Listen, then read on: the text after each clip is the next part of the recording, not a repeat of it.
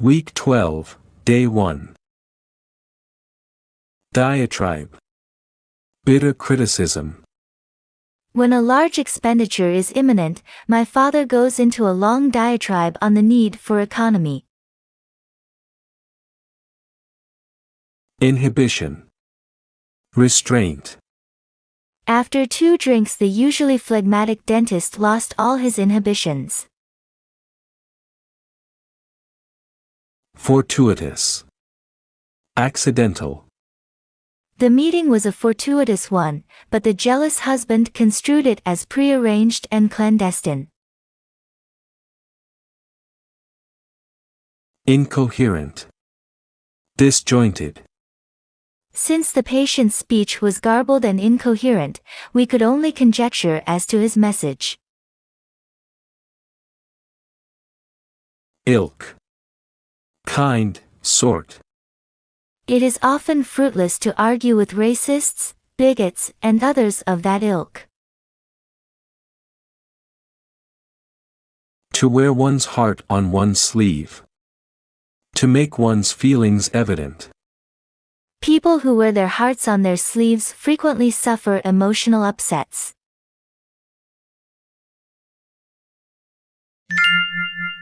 Off-Broadway.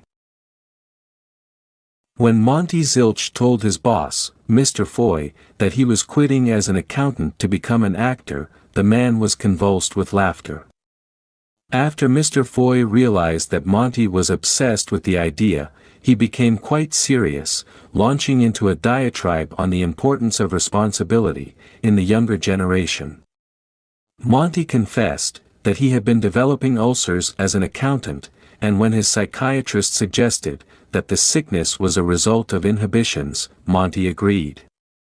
Now, a fortuitous opportunity to get into show business required Monty to make an immediate decision.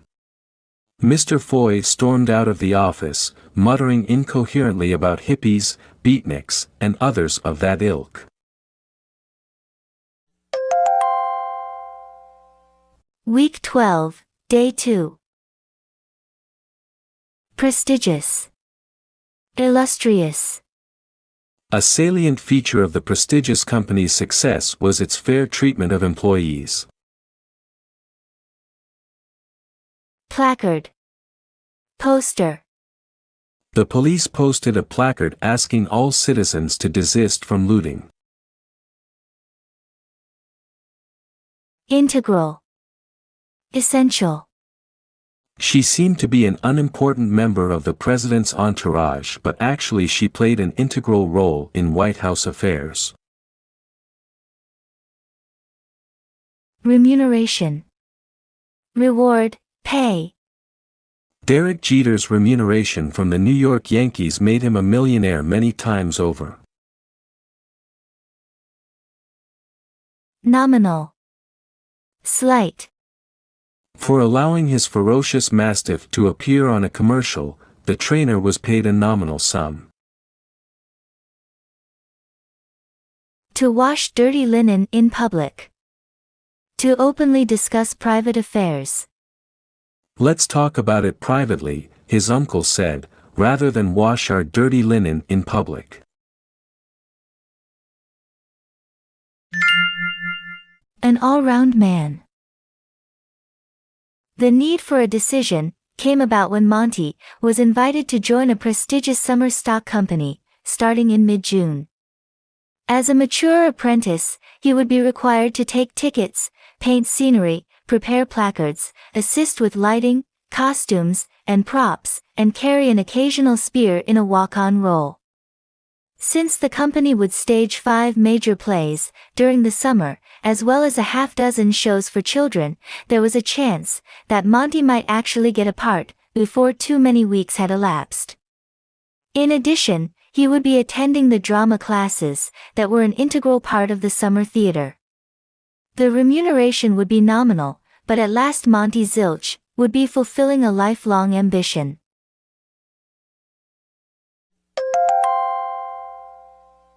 Week 12, Day 3. Expunge. Erase. After having made the rash statements, the senator wished that he could expunge them from the record. Flamboyant. Showy, colorful. Our theatrical pages were inundated with press releases from the flamboyant producer. Anathema. Something greatly detested. The traitor's name was anathema in his father's domicile. Schism. Split. A pernicious schism developed between the two sisters. Utopia. Place of perfection. In Lost Horizon, a character recoiled at the idea of living in a utopia. To save face. To avoid disgrace. Instead of firing the corrupt executive, they allowed him to retire in order that he might save face. From ledgers to scripts.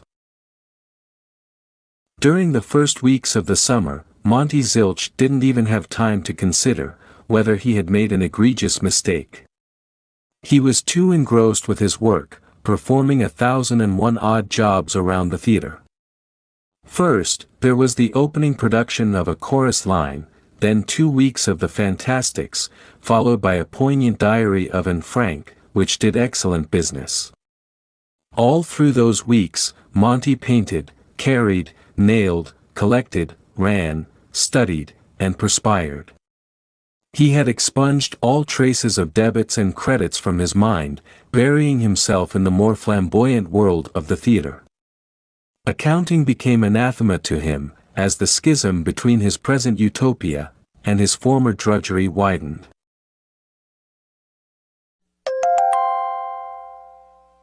Week 12, Day 4. Timorous. Fearful. Under duress, the normally timorous husband was coerced into demanding a raise. Truncated. Cut short. It is frustrating to have one's lengthy remarks printed in truncated form. Jaunty. Sprightly, gay. With his cap set at a jaunty angle, the amicable sailor strutted down the street. Fractious. Quarrelsome. Roger's fractious behavior compounded the bad relationship he had already had with his partner. Ostentatious. Showy. In an ostentatious display of histrionics, the star refused to perform. Indian summer. Warm autumn weather. Parts of the country were deep in snow, but the East was enjoying an Indian summer. Irony for Merryweather. At last, Monty's chance to perform came. He had played the timorous lion in a truncated version of The Wizard of Oz, which the apprentices had staged. But now, there was an open audition to cast the final show of the season. It was to be a jaunty original comedy, given a summer tryout prior to a Broadway opening. Monty, who by now had adopted the stage name of Monty Merryweather, read for the producers, hoping to get the part of the hero's fractious landlord. Unfortunately, the competition was too rough, but the director assigned Monty to a less ostentatious part. And so for the first 2 weeks in September, the stage-struck accountant had a 2-minute, 2-line part. What was his role? The hero's accountant.